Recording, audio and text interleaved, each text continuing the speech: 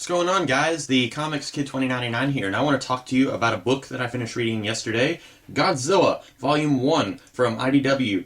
This is the first 4 issues of a series from 2012 by Swierinski and Gain. I don't know that artist, I'm not familiar with them, and I want to go ahead and say I really like the art here. It reminds me a lot of kind of a combination of the late Seth Fisher's art and Richard Corbin's art, which I really like it here. It's a very interesting style. He's really good at portraying the monsters. The humans don't look especially realistic, but it doesn't bother me. I really like the art here. It's probably my favorite thing about this book, which is a good segue into me talking about the story here. Now, I'm not going to have a whole lot to say about this book, and I know I usually say that and I wind up talking for 10 minutes anyway. I'm actually not going to have that much to say here. Basically, this is 4 issues. It is about these 4 kind of military people from different walks of life, and they all join forces to kill and capture all these kaiju, giant monsters, that have resurfaced and are destroying different cities in the world.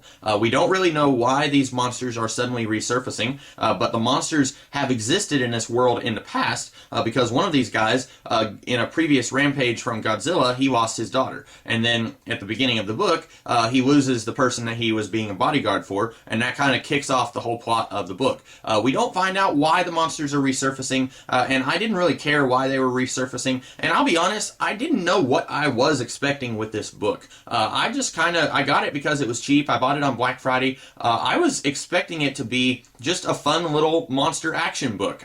Something, I don't know, there's a series from Dark Horse Comics right now called Kill All Monsters, and it's kind of sort of what I was expecting with this. It has human beings who are real characters. They're out there using giant robots to kill giant monsters. It's not War and Peace or anything like that, but there was a plot and there were characters, and I enjoyed the story. I can't say that about this book. My main problem here is that this book is called Godzilla, and Godzilla is barely in this book. He is in maybe 2 of the 4 issues here, and in both of those, he's not a major presence. Now, I understand that when you're doing a story about Godzilla, he or she cannot be the main character because Godzilla is a force of nature. It would be like making a tornado the main character of a story. You can't do that. I understand that, okay? But I feel like if your story is going to be called Godzilla, then Godzilla needs to at least be present in the story, and at least needs to be a big presence in the story, and I can't say that about this book. Also, it ends on a huge cliffhanger, which I didn't know this was part of an ongoing series. I just thought this was a standalone story because IDW has done a whole bunch of stuff like that. They did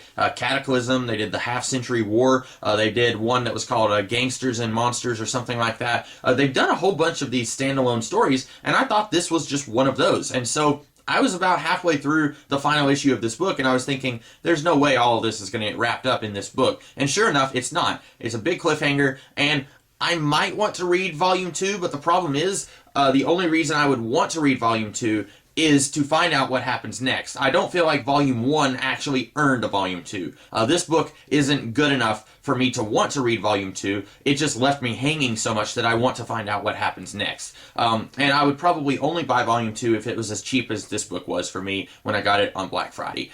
So all in all, I love the art here. I like the concept of these 4 humans in a semi-post-apocalyptic world out there chasing down these monsters and using high-tech to take them down. I like that idea, but unfortunately, there's just so little substance here. There's very little story. I don't really even feel like there's much of a character arc for any of our main characters here. Overall, I would not recommend Godzilla Volume 1 by Swierinski and Gain, but have no fear, I do have another Godzilla book that I got on Black Friday, so I plan on reviewing that somewhat soon, hopefully, and maybe it will turn me around. I'm not like, this isn't such a bad experience that I'm never going to read a Godzilla comic again. I do want to delve a little bit more into the world of Godzilla. I've seen like 3 Godzilla films in my entire life, and I wasn't a huge fan of any of those, so I do want to experiment more with this world and see if some of these other comics are any good. I just didn't think that this one was any good.